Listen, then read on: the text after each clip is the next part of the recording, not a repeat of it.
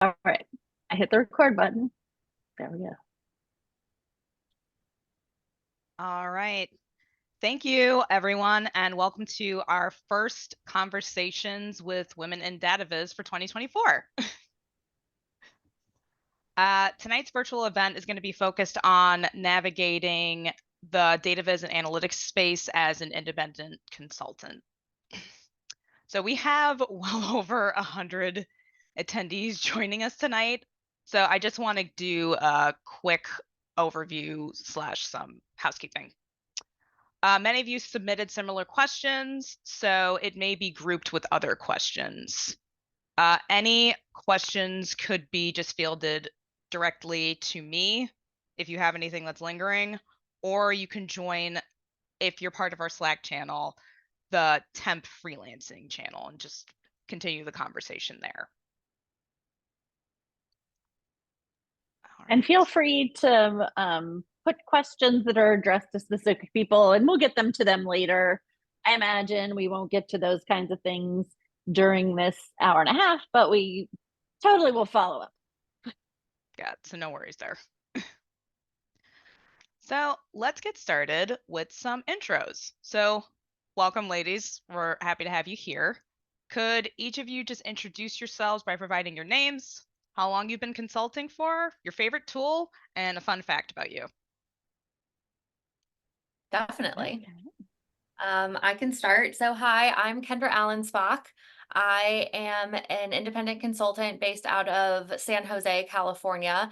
I've been a consultant in the analytics and data visualization space since 2016. I've worked for 2 different companies as a consultant, and then I started my own independent consulting practice in July of 2023. So I'm going on about 6-7 months on my own, and I'm super excited to be here with you all today. One of my favorite tools, I would have to say, is Toggle for tracking my time. I'd be lost without something to track my time and do my time analysis on my projects, which I think we're going to talk a little bit more about later. It also helps me stay focused, because if I start tracking my time on doing something, I need to stay doing that. Otherwise, I have to switch my time tracker. And then was the last one, Allison, a fun fact about myself? Yes. Fun fact about myself, I have never been inside an IKEA.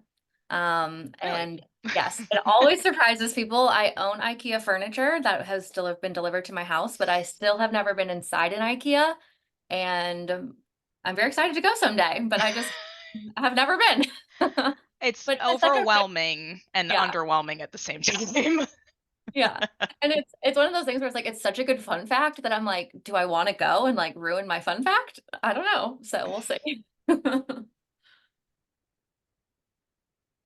right. I guess I'll go next. Hi, everyone. My name is Shirley Wu, and I am a software engineer, data visualization designer, conference keynote speaker. I co-published a book called Data Sketches with my friend Nadi Bremer. And I mention all of these because a lot of those came as a result of me going independent and working for myself. And I've been independent working for myself since 2016. So this is now year 8, as of May of 2016, I think. So yeah, going on year 8. And I don't have a favorite tool per se. I have tools I like, but I guess the tools that maybe I use the most day to day, kind of going along with what Kendra said about Toggle. I also use Toggle. I am a fan. But the one that I use the most is actually a mail service called Front. It's called like Front app. And it's like a email, just because I have like my personal email, my work email. And also I was in grad school for the last 2 years. So my school email, it aggregates all of that. And I now work with a virtual assistant. And so that Front helps me like have her be able to come in and answer those emails. And it's very nice and collaborative. So that's probably the one that I work with the most. And my fun fact, the one I always default to is that I, for 6 years in my childhood, grew up in the countryside of Japan. And for some reason, what they decided to give us for our like breaks, like for recess, instead of like giving you dodgeball and stuff, they gave us unicycles. So I used to be able to ride a unicycle. That used to be my mode of transportation, instead of a bike. And I've not been on the unicycle for about 15 years, but I'm guessing I can still kind of figure it out now. Yeah. I want to see a viz about that now. It's just like you never forget how to ride a bike, but you forget how to ride a unicycle. Probably will take me a few Stakes are hours and I'll higher. probably, well, you go slower. Mm. You Okay, have to so maybe balance. there's some trade-off between Yeah. like fewer wheels, Yeah, less speed. I don't know. but Thank easier to carry around with you. So Sure. Definitely. I Thank you love so it. much. That's so cool. Hey everyone. My name is Nicole Mark. I am the founder of Women in Dataviz. We've been doing this for 3 years now-ish. It'll be 3 years, I think, around May or April. I've worked on freelance projects and academic research outside of my full-time job for 8 or 9 years. But I started working for myself full-time last year. And yeah, it's been fun. I've learned so much. Primarily these days, I've been doing more data engineering focused work. I'm with a client full time right now. I'm like basically working on the Snowflake warehouse all the time. But yeah, we'll get back to visiting soon. Oh, fun fact: I don't have anything as good as you guys. I normally say something about the fact that in yoga class I can stand on my head, but I haven't done that in a long time. So I don't know if I can do that anymore. Yeah. I can Do you have stand a on my favorite head, I tool? think. Oh, do I have a favorite tool? My favorite tool is the best tool for the job. No, I also use Toggle. I mean, that's true though. But I go through like phases of tools that I have little romances with. I also use Toggle Track, so that's 3 for 3. So y'all, you should get Toggle Track. It's $10 a month for whatever plan that I have, and now it also tracks which websites I'm on when I'm not tracking like a particular work activity. That feels And I'm like, invasive. oh, look at me on Blue Sky for 2 hours today. So yeah, and I'm like the early adopter. I love to try apps and new ways of working. My current favorite tool is Dataiku. Nice. It's incredible. It does so much for one data platform, but they don't employ me, so that's all I'm gonna say. Yeah, don't give away that knowledge for free. Right? That's good to know. Thank you all so much for sharing that with us. And now on to the meat of why we are all here, the questions. So many of us are new to freelancing or want to find out more about freelancing. So that being said, what should a person think about before starting a freelance business of their own? Let's start with Kendra. Oh, that's a really great question, and definitely something that I spent a lot of time thinking about before I decided to go independent as a consultant and as a freelancer. I'd say the most important thing that you need to think about before you go solo is think about, why do I want to do this? You have to have a super strong why, because when the going gets tough, it's your why that's going to keep you strong and give you the grit and confidence that you need to keep going. For me, my why is that I really wanted more independence and autonomy over the types of projects that I did, the style of work that I completed, as well as like my schedule, and how I spent my days. And I also really felt very passionate that I could bring more joy and ease to people's work through business processes. And I wasn't getting the opportunity to do that in the job. Recording in progress. Recording in progress. And so I really felt as though I wanted to go out and find the right clients that would really benefit from my services. And so that was very important to me to find my why. The other things that you want to think about are, what services do you want to provide and is there a market for it? What's your standout quality that's going to make people want to work with you specifically? And then a few non-business things that I thought about were, do I have the right support system around me to help me through this transition? So for me, that looked like hiring a business coach. I also made sure that my family and my yoga community where I practice yoga, I kind of like built up this really great circle of friends that I knew would help me hold on to my vision when things were hard. And then what are ways that I can ease some of those fears that I have? Again, for me, that looked like kind of doing some research around business models and things like that before I got started. It looked like hiring a business coach. It looked like doing some like preliminary research for other types of people doing work that I wanted to do to see like what the market looked like. So I would say give some thought to those things before you get started, but here to tell you, if I can do it, anyone can do it. That's really good advice. Thank you. Yeah. Shirley, same question. Oh yeah, I was gonna say, Kendra, those were such good. I want to echo that because I feel like that's so much better of an answer than when I started and the conditions at which I started was basically I was at a startup and my team was making life miserable. And I did not want to, I was like 26. I like was so burnt out that I did not feel like anywhere else would that there would be politics anywhere that I didn't want to deal with. So I kind of just jumped in blind. But I literally made the decision within 2 days and put in my notice. But in those 2 days, what I did make sure of, so I guess I'll touch more on the like financial side. One of the things that I will say the most often is I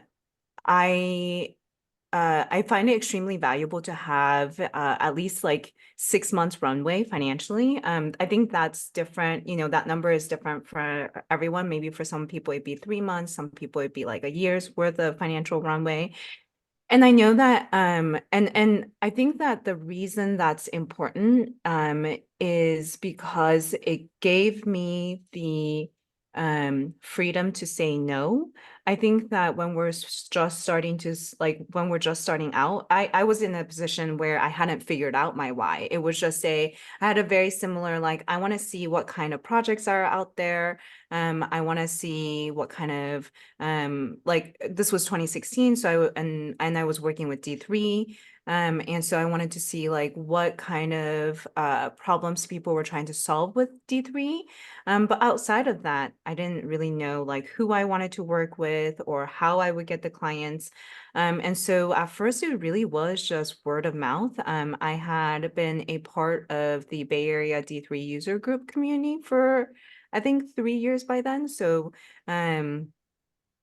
so that helped me get started. But having the financial runway made it so that when a inbound client request came in where it didn't sound like the best fit, or the person sounded kind of like an asshole, or that they were gonna, like ask for keep like scope creeping without paying more, all of those, I was able to say no to, where I think that if I didn't have that runway, I would have maybe taken on those projects and then missed out on the opportunities that really truly helped build my business.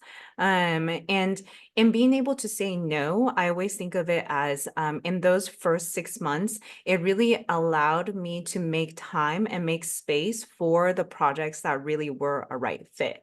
And so in those 6 months, first 6 months, I just prioritized projects that I could put into my portfolio that could be kind of like further advertisement and promotion. Yeah. That's really good advice. And I definitely agree about having a runway. Having that kind of financial stability really makes all the difference. Yeah. For me, like the freedom to say no is the thing. And the money, of course, is the means to the end, Mhm. but like the freedom to say no to projects that will make me resent the work that I love. That Yeah. is so important. Yeah, so that's excellent advice on a variety of levels. Thank you. Absolutely. So speaking of projects, how do you find clients and projects? I know, Shirley, you mentioned, word of mouth, but since then, how has that expanded? Yeah, so I think about this a lot, and I talk about this a lot too, which is that when I always say like because data visualization is such a we're in such a visual field, like we have our portfolio to our advantage. We can put it onto our websites. And so I always say like that the portfolio have a portfolio of work that is curated to the work that you want more of.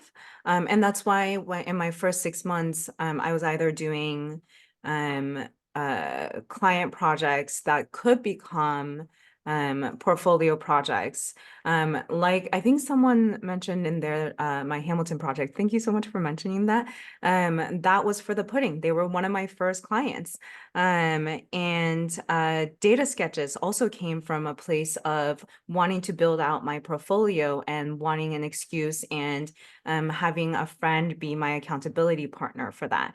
And the reason why the portfolio I realized was a very important part of it was when I was first starting out, the landscape in 2016 for like very custom, very bespoke data visualization was not something that most companies knew of.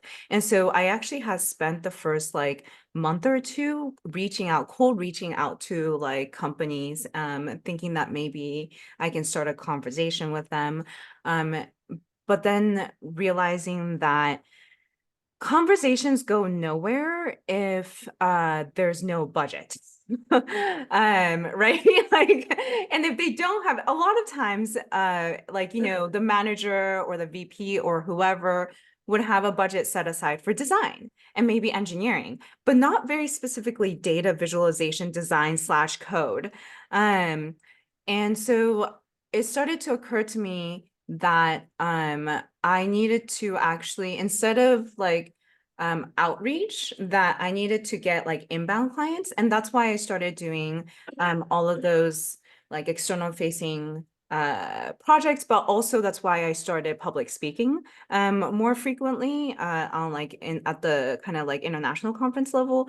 And that's why I started doing more podcasts, and these weren't like let me get on your podcast to advertise my services. It was more like because I was putting out those projects, people were finding them and they were like, oh, they would invite me on and be like, can you talk to us a little bit more about this D3 thing? Or this data visualization thing. And so all of that kind of naturally became a way for people to find me when they had a need for custom data viz. And so that's really nice because by the time they found me, they have a need, they have a project, and they have a budget, and they have a timeline. And all of that means that we can wrap up the conversation for signing a contract. And I think that for me, it takes anywhere between 1 and 3 months. Whereas now, 8 years in, I think the slight thing that has changed is that I now feel comfortable cold reaching again, to like reach out to someone or like a company that I really admire and be like, hello, this is like my work, this is who I am. I would love to have a conversation, and maybe you can keep me in mind if you ever think of a project we could work on together. And that's a much more long lead of like, instead of 1 to 3 months, maybe they won't have a project for me for another 1 or 3 years. But that's okay. Because now it's much more about being able to work with people that I really respect and admire. Yeah. That's amazing. Kendra, same question. Thank you so much.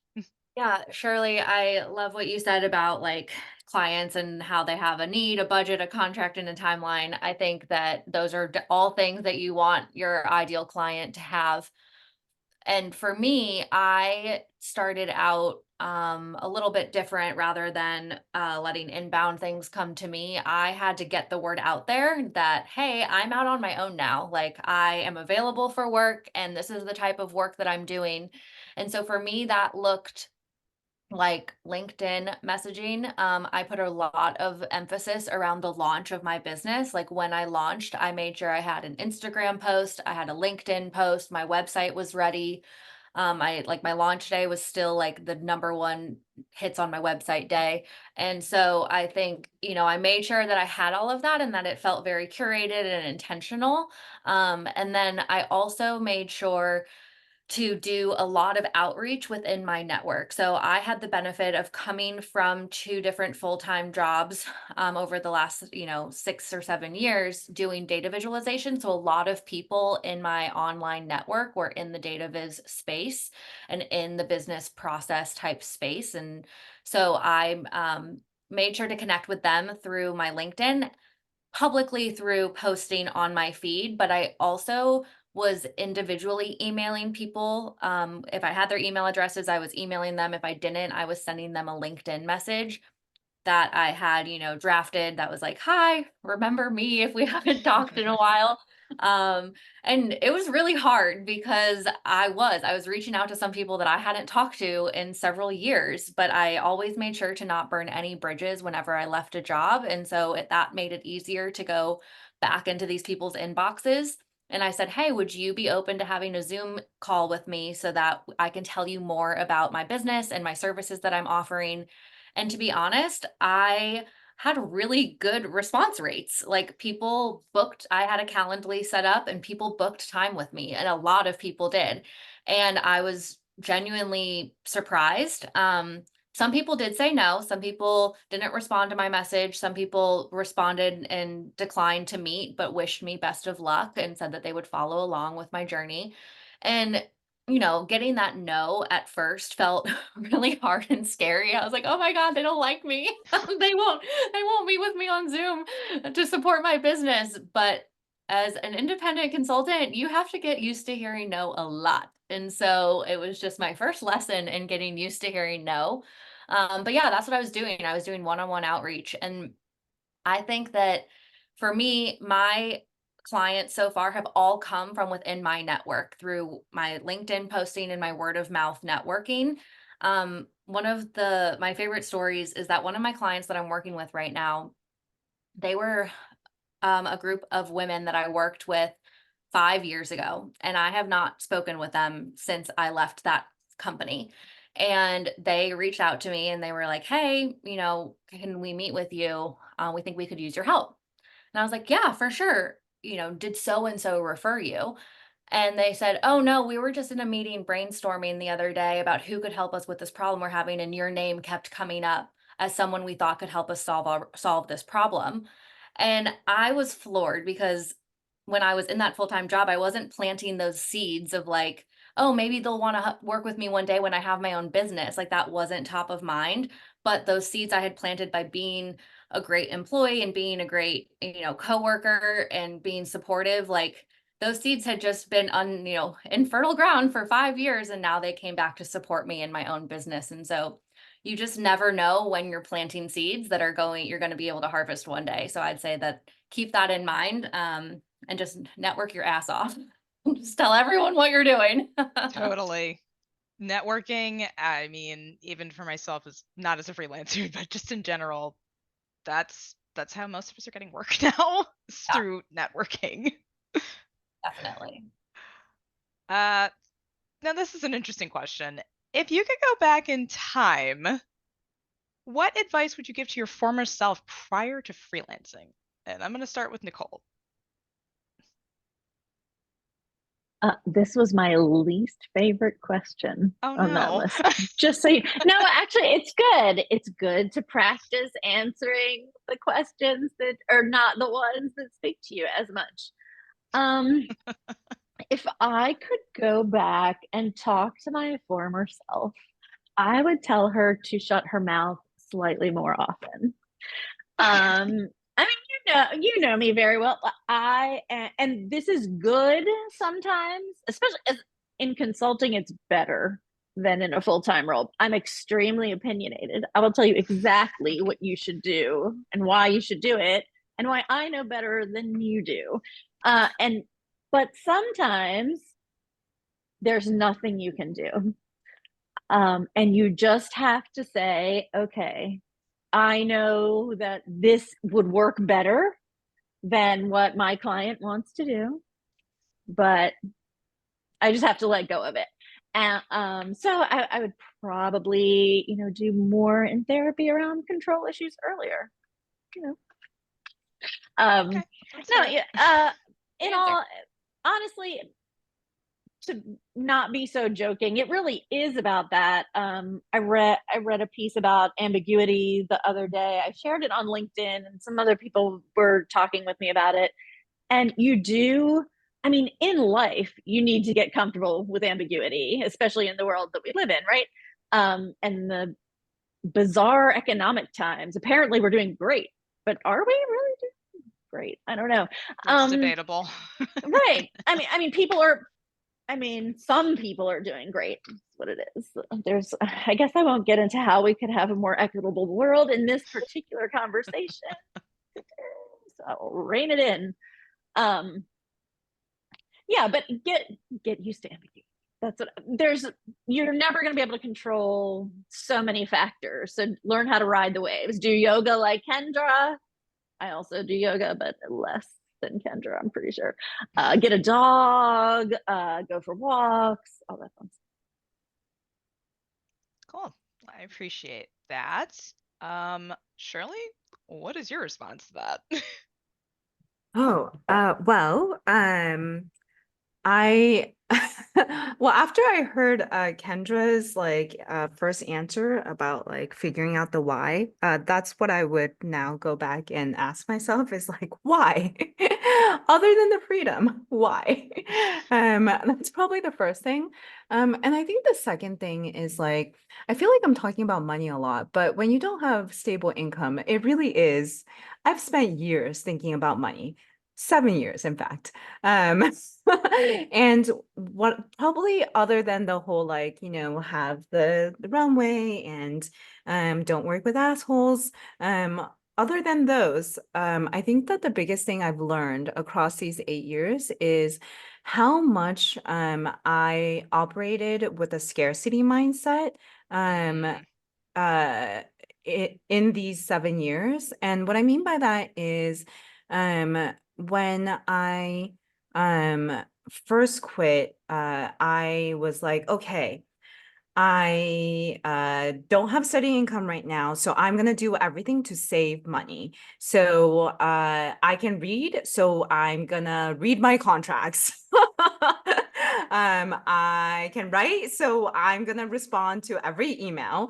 And the only thing I needed to pay for was I actually studied business in undergrad, and it taught me to not mess with US tax laws. So even before my first client, I got an accountant.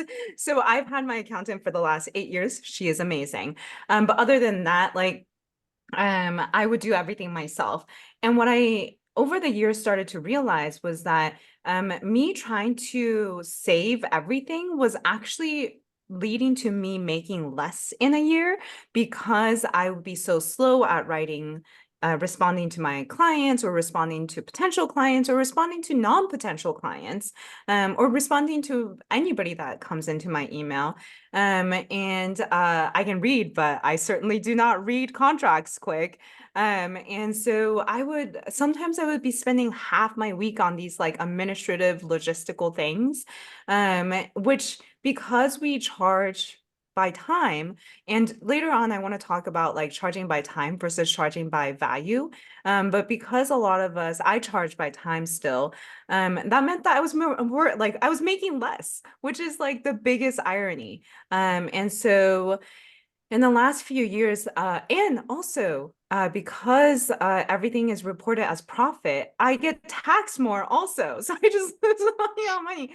And so in the last few years, I've started to kind of shift from that scarcity mindset to more of like an opportunity. And I think, I think it's called opportunity mindset. And Kendra mentioned it, abundance. Oh, thank you so much. Abundance mindset. And one of my friends had once said to me that, there's a limit to how much we can save, but there's potentially infinite how much we can make if we invest. And so in the last few years, it's been about building the right team around me. And so now I have a lawyer who specializes in working with artists. I have an amazing virtual assistant whose whole mission is to support women founders. I have an amazing business coach. And so on top of my accountant, and all of this has kind of freed up my time more to figure out what direction I want to take my business in. And one of my friends said this to me like 2 months ago when I was like telling him all of my plans for 2024 for my business. And he's like, you're finally you're finally thinking, and you're finally running a business instead of just making a job for yourself. And that was a very interesting distinction when I kind of switched that mindset. So yeah, that's what I would tell myself. But there's also a lot of like deeply ingrained like identity things that come with that scarcity mindset. So I do think I needed the 7 years to work through it. I completely understand as a person that came from immigrant parents. I get it. It's kind of just ingrained in we're stuck with it. Sorry, even no matter how hard we try. But my mom was like, why are you hiring an accountant? Didn't you study business? You took accounting classes. Like, exactly. You do your own taxes. And I was like, this one I will pay for. I'm not. And she only charges $1,000 a year. Which, wow. Okay. Yeah. So, when you put it I'm into that gonna need to get with you later. well, she's now much more expensive. She only charges you. Right. She yeah. Friends and family discount. But in the essence of time, I'd also like to ask the same question to Kendra. Yeah, I just wanted to chime in really quick. So I put in the chat +1 for moving from scarcity mindset to abundance mindset. That has been huge for me. I've had to come face to face with my scarcity mindset, and it's hard and it's scary, but we're doing it. We're out here doing it. The other advice I would go back and give myself is maximize my employer match on my 401k while I can. Yeah. If you are fully employed right now and considering going out on your own, up that 401k contribution and get as much as you can out of your employer before you exit, because I thought I was, and I was doing the best that I could, but now I'm looking at my 401k and I'm like, oh, I think I probably could have squeezed a little bit more out of there before I pieced out. So that's probably the advice I'd go back and give myself. I just don't look at mine. That's what I do. Oh. Yeah, well. Out of sight, out of mind. We can talk about that offline. All right. Well, thank you for that advice for anybody who's new coming into this. Now on to project management. So I guess we could go back to Toggle in a sense. How much time do you spend acquiring clients? Let's start with Shirley. Okay, I do tend to ramble, so I'll try to be really fast. For clients that have reached out to me, so inbound client requests that already came in via my email, usually it takes me about 2 months. So they'll usually we'll usually get on one call, 30 minutes to talk about their project, and then I'll tell them my rate then. And then usually after that phone call, if my rate sounds good to them, I'll give them a like estimated project budget. And then if they're okay with that, then we go on to the contract. And the contract part, ooh, that's the fun part. That I have had usually takes about a month, maybe a month and a half. Now that I have a proper lawyer, it takes a little bit longer because it's not just me reading, being like, but I have had a contract negotiation go for 5 months Wow. for a Okay. 3 months project. I know. But once we figure out the contract, we sign it. And then the final step is that usually I have to onboard into their vendor system. So like it could be as simple as giving them my W-9 and my bank account information, or it could be like a very, very like 90s vendor system that we have to spend like an hour fighting through. Thank goodness for my VA. She is amazing. And then for clients that didn't come into my email, it could be years of conversations. Yeah. Oh wow. Okay. Well, that's heavy to think about, honestly, having to do it for years. But Well, I Oh, guess sorry, it I don't mean. depends. Sorry, I don't mean like we're talking for years on a project. I just mean like it's kind of like what Kendra was saying about like planting the seeds even before Gotcha. you know that's what you're doing. Sorry, Right. that's what I meant. Yeah. Oh yeah, like I've had people that, I was just talking to generally about data, and then their company needed some kind of Dataviz thing. Okay. That makes sense. Anything else you could add to that, Nicole, in terms of how you acquire clients? So, my first clients were academic clients. I had worked at the University of North Carolina for 11 years in oncology pharmacy before I got into pharmacy informatics. And when I was at Carolina, they have a great research program. I met so many talented researchers and data people and statisticians and ontologists and like the smartest people. And so after I left the hospital and they knew I was a data analyst at a startup.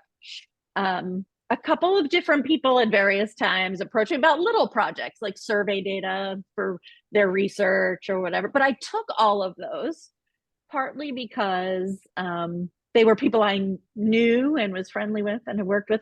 But also, like, if you do work for an academic institution, it sounds good.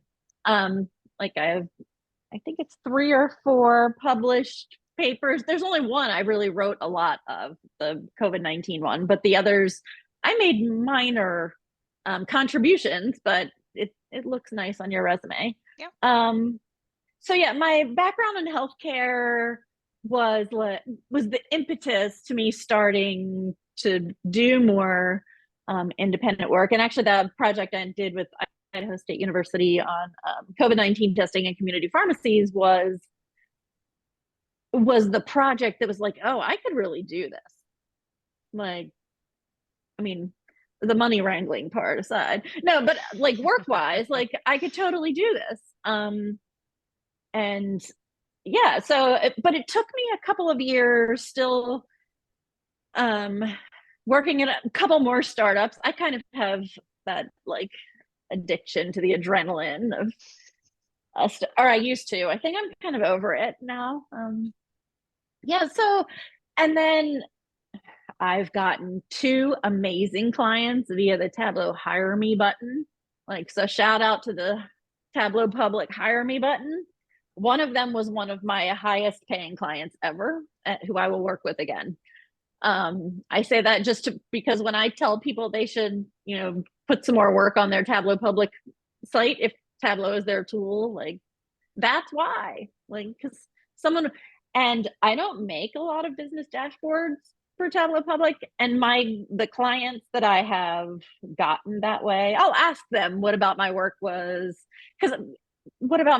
interesting to them, so I can kind of get an idea of what they're looking for. And it's usually that I didn't make the typical thing, right? Which is great because I don't want to.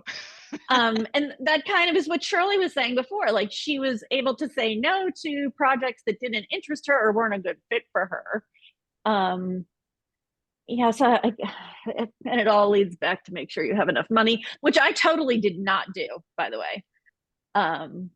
My people in my life, like little side jobs here and there, just kind of appear. I'm not that I think that this is your plan, should be your plan. I mean, it worked out okay, but I feel like I should say I started in the early aughts. It was a different world, and if I was starting today, it's a lot more challenging, but you can do it. Like, be yourself, be authentic, do the thing you really love, and don't compromise. Like, otherwise, why work for yourself? Like, work for someone else. Absolutely. Yeah. We're already making enough compromises when it comes Right? to that. Yeah. This question's for Kendra.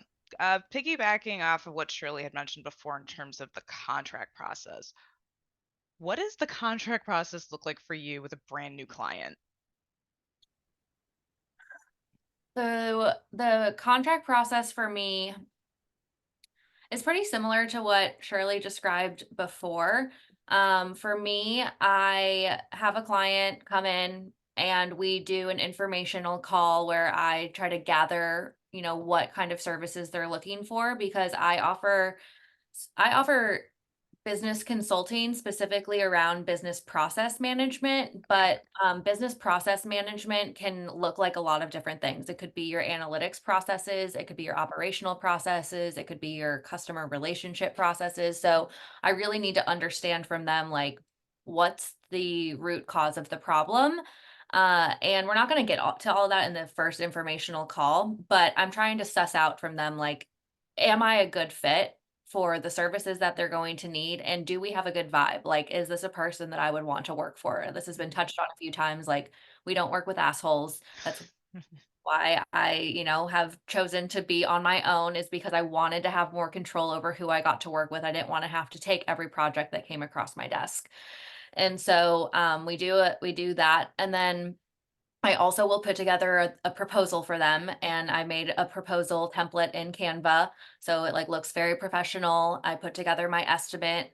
I do my projects on a project based, so I don't do hourly all the time. I have one client that I do hourly, but my other projects are all project based, so they get a rate for, like, we're going to work together for 12 weeks, and here's how many thousands of dollars it will cost.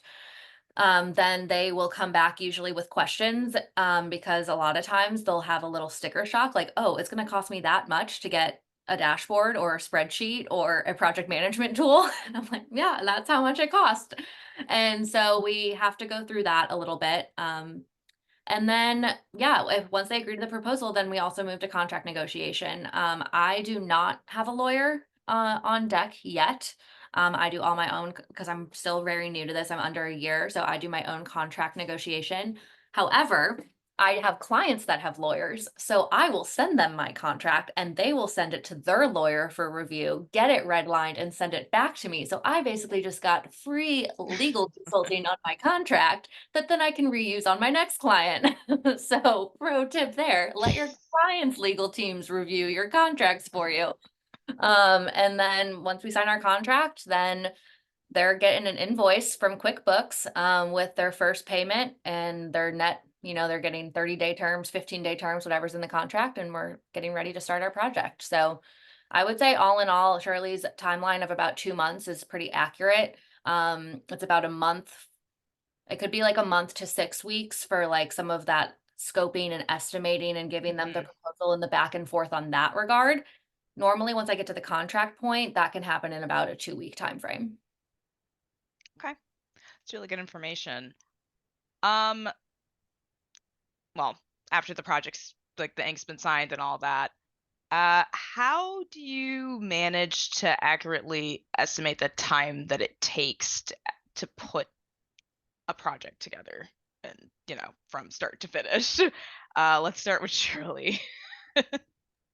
Oh, I love this question. So I take the software engineering rule.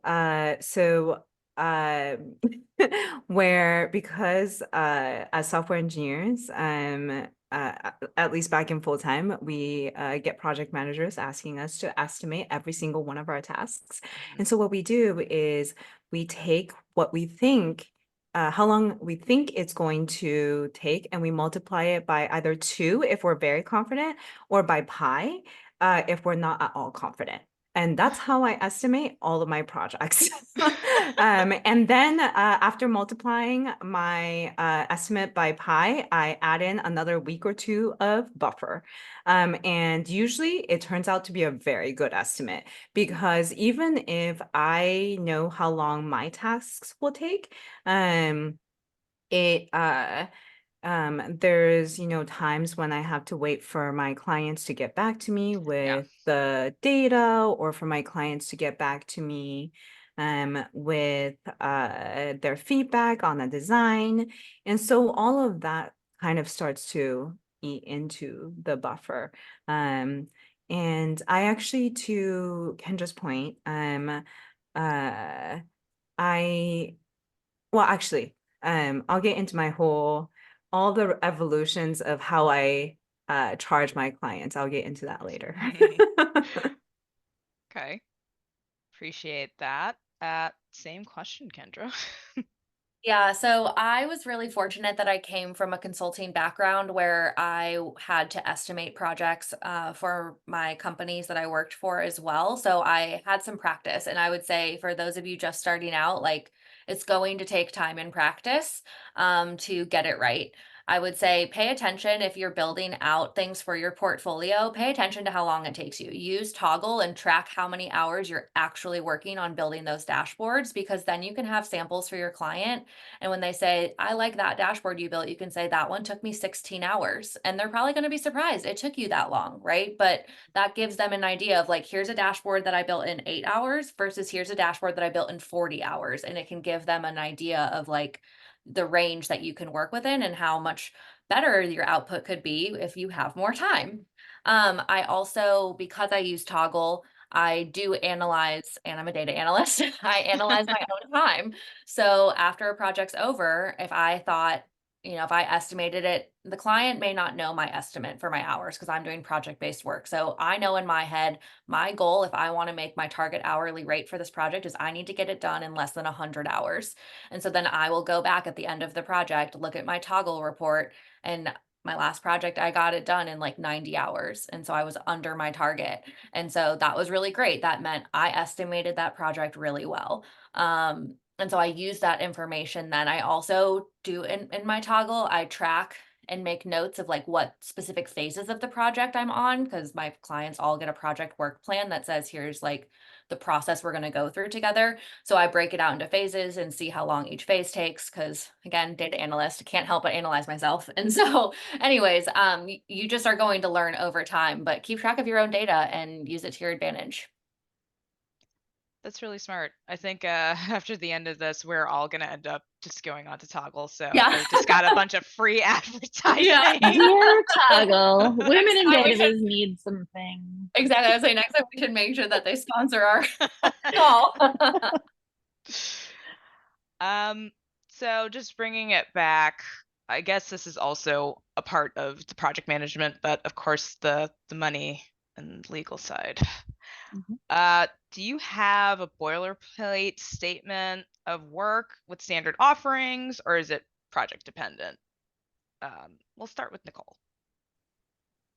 I do have kind of like a library of contracts. Some of them came from like a tool like Indie. It's a freelancer sort of project management portal. It's pretty new, and some of the functionality isn't awesome, but the contract part is great. So I kept some of those. And then yeah, I think I probably take a lot less structured approach, especially when I'm working with clients that I've worked with previously. But I'm a risk taker in a lot of ways. Like I'm a little impulsive. I have ADHD, and that sometimes comes back to burn me. I yeah. Um, be very clear about expectations on both sides. Like be very clear. And one way to do this,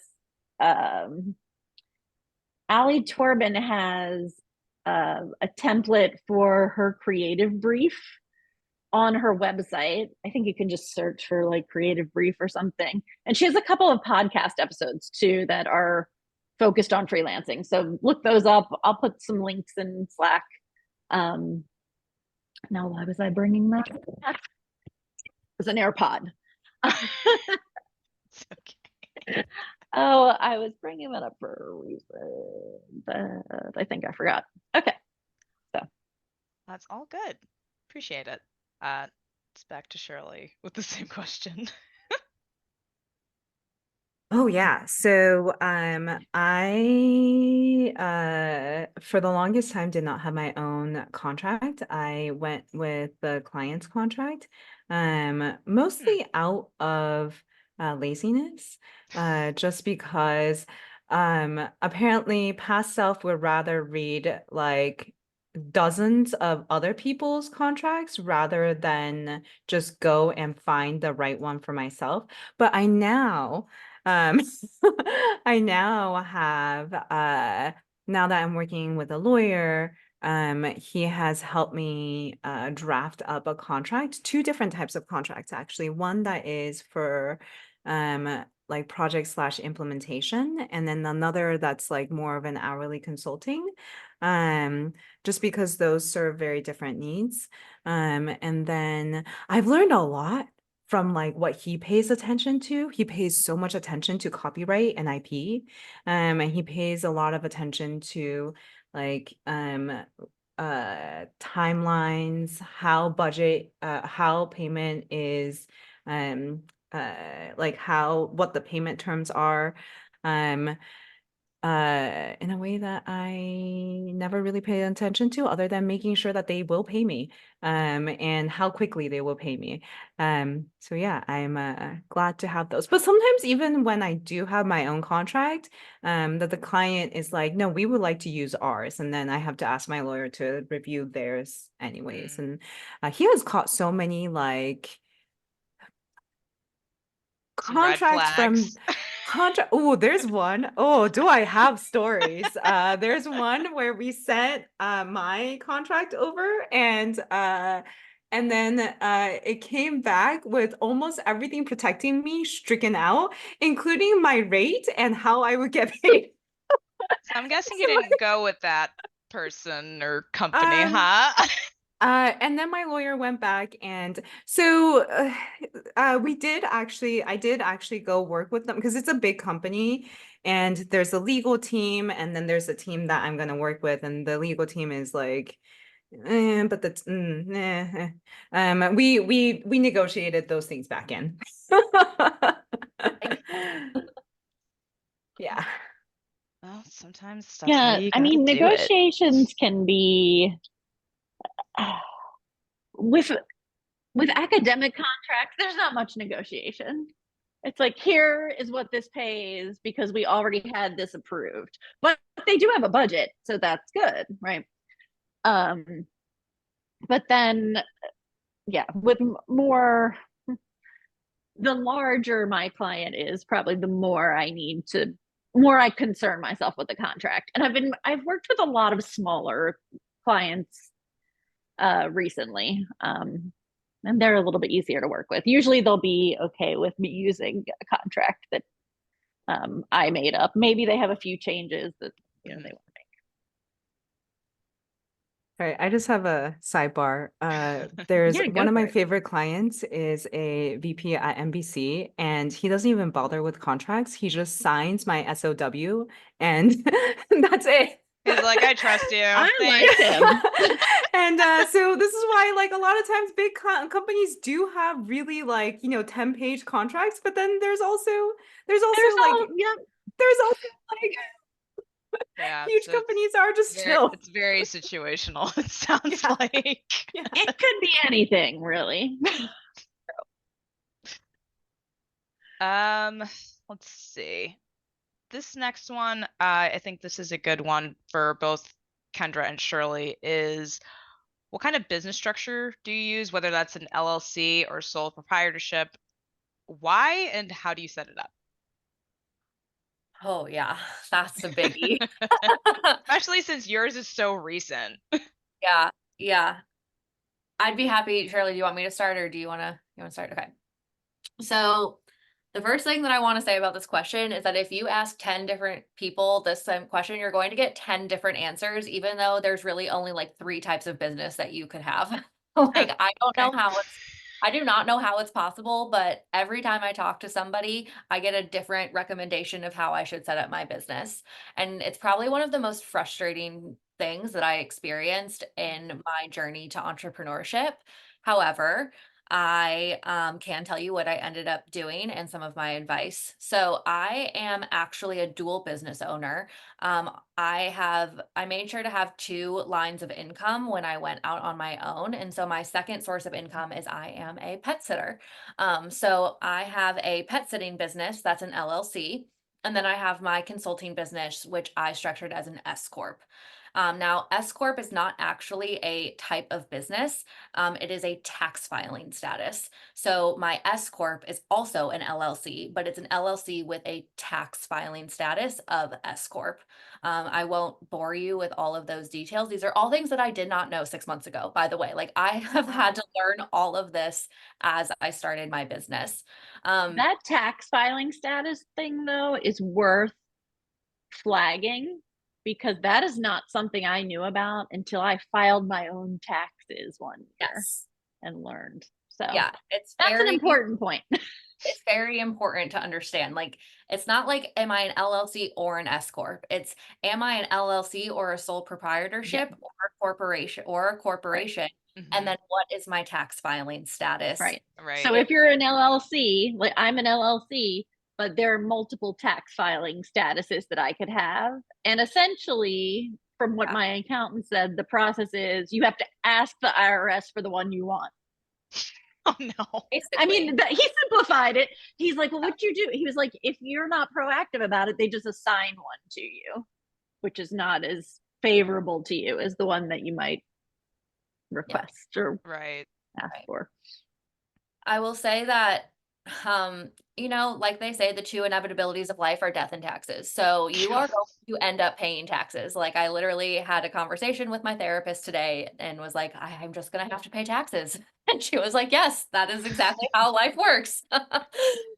So, you can definitely optimize your business structure to not have to pay as many taxes, and that's like kind of the S Corp route, but know that it does come with additional hoops you have to jump through and things that you have to get done each year in order to then get the benefits that you could have from an S Corp if you do it right. Like Shirley said, she hired an accountant right off the bat. I did the same thing. I went to business school. I took accounting classes. I did not want that to be my job. So I hired an accountant because I did not want to get effed over in my first tax season as a solopreneur.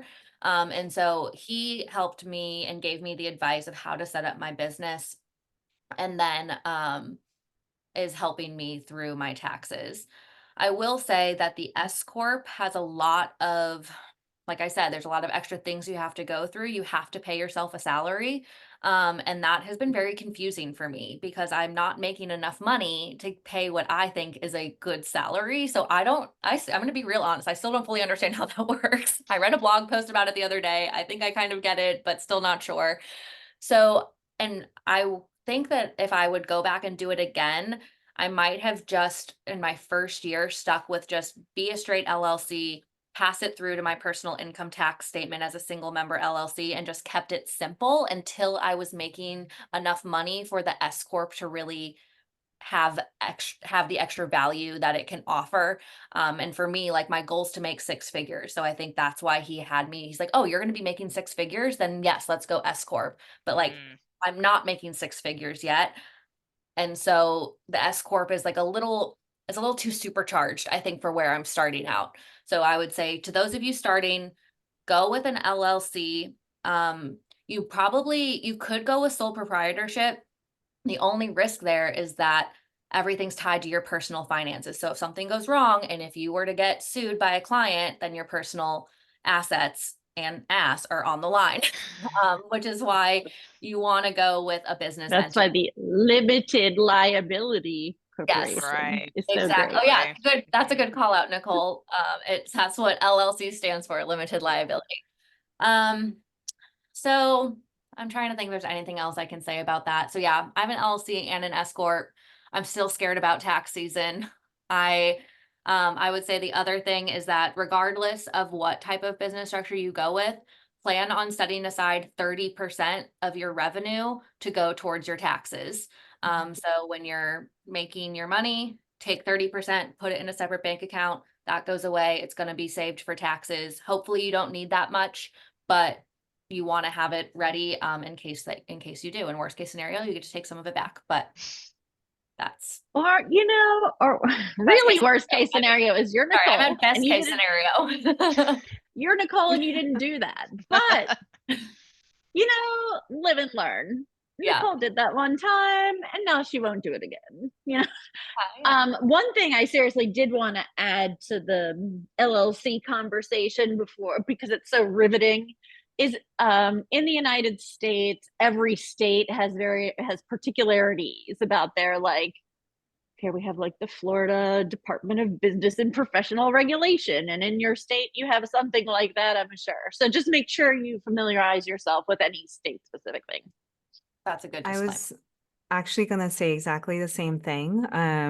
Loved how I love the way that you broke it down, Kendra. And I actually also started out, I made the LLC for the legal part, started out a single member. And I think that the pass through, that part confused me for a really long time. So I think in California, they call it single member LLC, but then federally they call it the dismembered or dismembered. Why? Which just means that they ignore my LLC, don't bother taxing the LLC, and they just tax me. And that's what I've been for the last 8 years. I did in the last 2 years go to my accountant every year and be like, should I be an S Corp? And she's like, honey, unless you make $250,000, don't bother. Because to Kendra's point about all the bookkeeping, she's like, you have the way that you're gonna have to organize your receipts and bookkeep those. She's like, if you were an S Corp, I would have to require you to work with someone that specializes in the bookkeeping monthly so that we can make sure that it's all done correctly. And on top of what you're paying me and on top of what you'll be paying them, it really doesn't even start to save you taxes until you're making about $250,000. And so I was like, I don't want to work that much to get to $250,000. That's exactly what I was thinking. I'm like, I don't want to do that many jobs. Yeah. And I'm fine with not having to save every single one of my receipts because I hate paper receipts. And so that is a reason to keep with single member LLC. And I also have I just saw Sarah's comment. I appreciate that. I also was going to say to Nicole's point about each state having a quirk. I am registered. My LLC is registered in California, which kind of makes sense because my office used to be like my home office and offices used to be in California. But the fun thing about California is that they charge you $800 per year, even if you're making zero money, which is what I did in grad school in New York. And so that's why a lot of people incorporate in Delaware because they don't have that requirement. But it also means I think you have to have some sort of a physical presence in Delaware. So there's like, fun things and I think that New York is only like $30 per year or something. I'm like, They are don't quote me on really the all $30. over the place. Yeah, Mhm. don't Like quote when me I on the was in North $30, but Carolina, yeah, don't quote us on any of those low figure things. Um, when I was in North Carolina, I think it was like $100 a year. But here in Florida, it's like some percentage of some made up number. That's what I've decided. Because I couldn't figure out how they came up with it. But They'll get their money somehow, even if Yep. they have to fabricate it. well, it's Florida. No comment. No comment. Okay, so we're gonna round out the conversation with a mental health and imposter syndrome, our favorite topic. So, how do you overcome imposter syndrome as an independent consultant? I can take this on.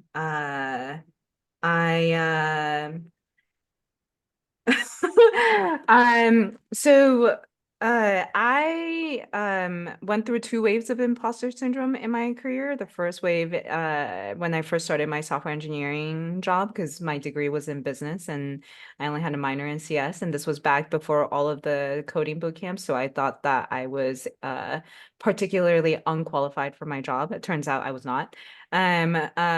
So that was a whole wave. And then the second wave, because by the time I started as independent, I thought I had gotten over my imposter syndrome. I could code now. I could do like I've been, coding for years. Like I could design a visualization. I could do the things. And then I went through like another round of like really intense imposter syndrome because I realized because going back to the prior thing about how I was putting my work out there and then that's how people were reaching me. And then there was maybe 2 years where every phone call, that like initial phone call, when they would be describing the project and I'd be like, oh shit, like what if, like, do they think I can do more than I actually can? Like, what if they think that I'm some sort of magical unicorn that can do absolutely everything and I just can't? Oh my God. And then I'm charging them this much money. And what if I fail at this whole thing and they're like, she's a fraud and they're going to out me? It was very dramatic. And I relate so hard to that inner monologue. So hard. I do think a lot of them think we are magical unicorns. Consultants are not, to be honest. So you're not alone in that. Thank you so much. And then I realized that the whole reason why they're contacting me is because they know very little about our field. And so I hold myself to a standard.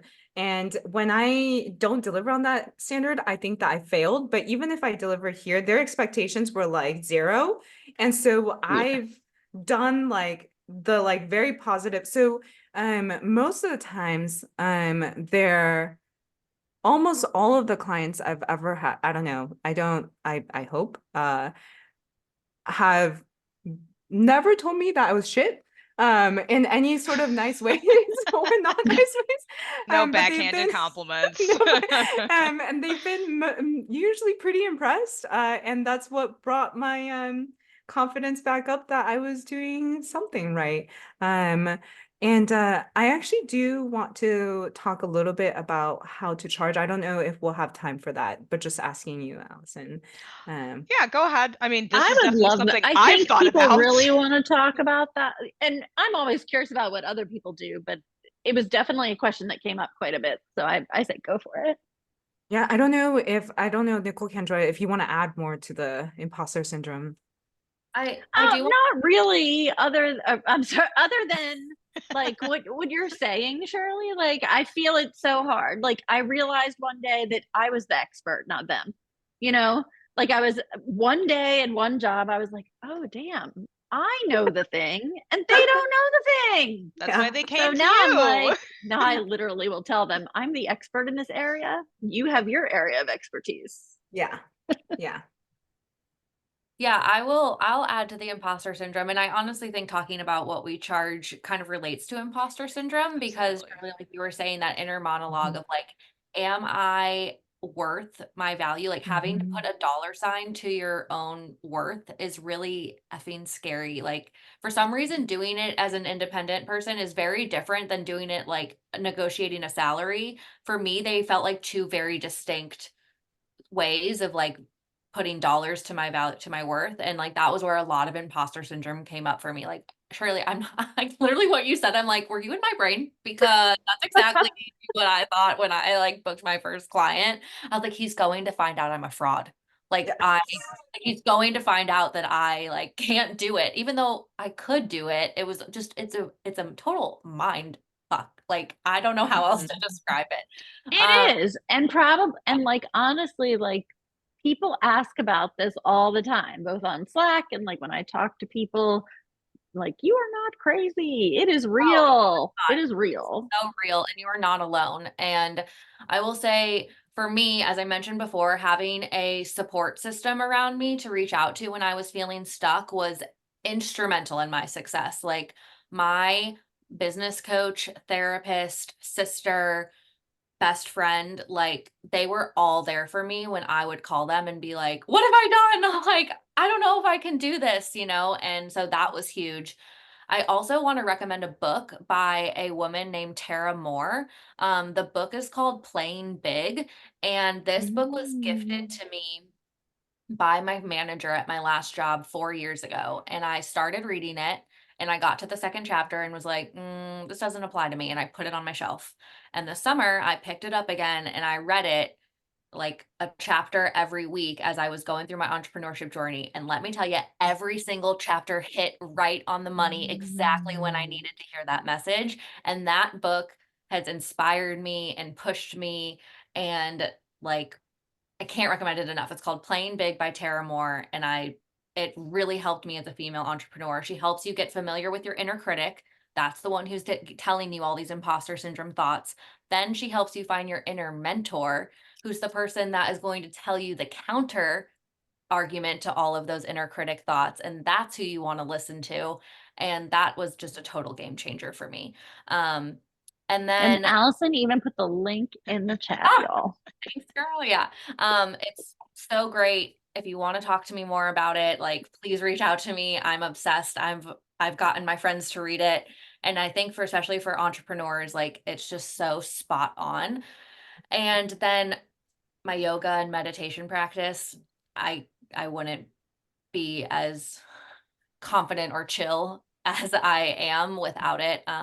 Just Right. constantly coming back to myself and knowing that like everything I need is already inside me. I just need to find and tap into that inner mentor. Like the mentor is inside me and I already know what I need to do. I already have the knowledge or the knowledge of how to get more knowledge like that I need. And so can't recommend meditation, visualization, yoga, all those types of things of like working with the mind is just really important. Okay, now we can talk about race. You have me feeling like full on like Lilith Fair right now. They still do that? Honestly, I don't know. Do they do music concerts anymore? I mean, yes. Oh, wait. Sarah said yes. Okay, I might have to. Okay, yes, Might it's have to coming do back. that. Thank you, Sarah. See? Anyway. um no. So after that pushing all was- that aside, how much do you what I was charge? what I was gonna say for real is there have been times in my life where my yoga and meditation practice, I'll weaponize it against myself. Like I didn't do enough. Like I didn't if I didn't no. meditate long enough, my practice was I did all the lazy poses. But you know what? that's bullshit. What you need is like just some time with yourself and your breath. And like, if that looks like the easy poses, then awesome. If that looks like a walk at lunchtime, that's awesome. Meditation does not have to be sitting. As a person with ADHD, I appreciate that. There's like walking meditation. You can Google it. There's all kinds of like different things that you could do. So, but it is super important to keep checking back in with yourself, I think. And I'm glad you brought that up, Kendra, because I think it's one of the things that keeps me like grounded and kind of okay. Yeah. Well, okay. So the thing I wanted to say about the charging, this is a tiny bit of a long story because it's 8 years worth of stories of how I've charged. But I'll say that I've tried 4 different types. I started with hourly. And this was not fun because I was keeping track of every time I went to the bathroom to pee and got up to go like as in I would like stop the timer because I felt bad charging for like my bathroom breaks. This was the very first one and I was like, I can't live like this. But I did have an hourly rate that was very interestingly in my first 6 months, everybody would be like, ooh, that's high. And then as soon as I had at month 7, I got I was able to work with Google News Labs. And as soon as that went on my portfolio, everybody was like, okay, we're okay with that. I increased my hourly rate by $50. And suddenly nothing has changed on my side. Like I hadn't increased any skills, but people were much more down to pay my hourly rate, never questioned it ever again. After that, I think like within like half a year, I was like, I can't do hourly. So I went to project. And I think that project rate requires a lot of discipline and holding boundaries, which I think like what Kendra had said earlier is like so good. Holding boundaries and being able to say no to scope creep. When I did the project rate, I was not able to say no to scope creep because I also felt so passionately about those projects that I wanted to make sure that they were the absolute best. And so I remember there was one project where on the surface, the budget looked big, but by the time I had spent 3 months on it, I was like less than half of my hourly rate. And then I was like, okay, then I'm gonna, not do project anymore. And then I went to daily, which gave me a little bit more flexibility than the hourly because, I wasn't pausing my toggle timer every time I needed a bathroom break. And that worked out okay for a while. It was basically just like my hourly multiplied by 8. And then when I felt like everything was unlocked for me was when my friend was like, oh, I charge weekly. And I was like, I do too. And then he's like, yeah, I charge weekly and sometimes I take on 2 clients. And I'm like, how do you charge, like, how do you do your rate multiplied by 40, but then you charge? And he's like, I just tell them like my deliverables and I don't like, then it's not about how many hours I've worked. It's just like, have I gotten it done or not? And I was like, whoa. But I do think that I needed all of that journey to be able to say, because a weekly number is so much bigger than an hourly number. And I do think that I needed those like 4 or 5 years to then like work up the confidence to be able to say my weekly rate. And then now the next thing that I'm working on is trying to figure out how to charge not by time, but by value. And I feel like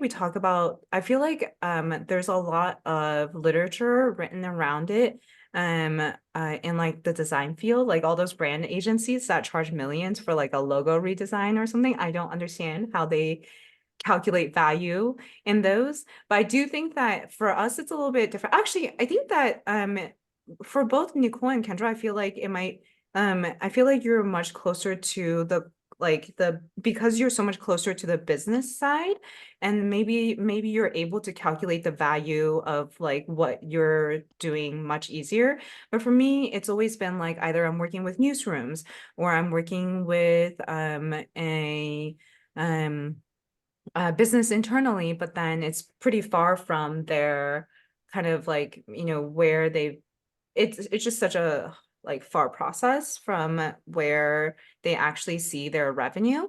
And so I feel Yeah, like your I'm work getting there. wouldn't be like, so your work probably wouldn't be around like business intelligence, which is a term I hate for a variety of reasons, but like, and I think, and I hear what you're saying, and it is easier to calculate something around like analytics products and things like that, or at least we would be able to justify it, which is usually the Yeah. goal anyway, right? So for a lot of the internal business tools I help build, it's a lot of like helping them make decisions that like, layers and layers and layers later, like it's like business decisions that like, many steps later lead to some sort of revenue. And so I do think that I'm getting very close to figuring out how to charge by value. And that is my next year or two project. And I also still going to say that I was gonna also say that I'm more than happy to share my rate in private. I just Okay. don't quite feel like in a public setting where it's being recorded. But like if you are curious, like I have Friday office hours, just email me and then I'm happy to discuss the exact numbers also. Yeah.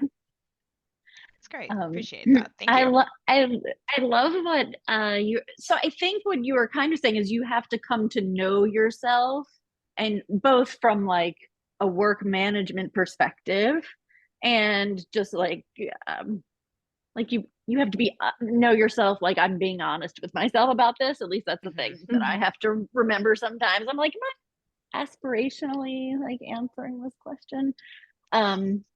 But yeah, I think it would have been impossible to come up with a project rate like at the beginning.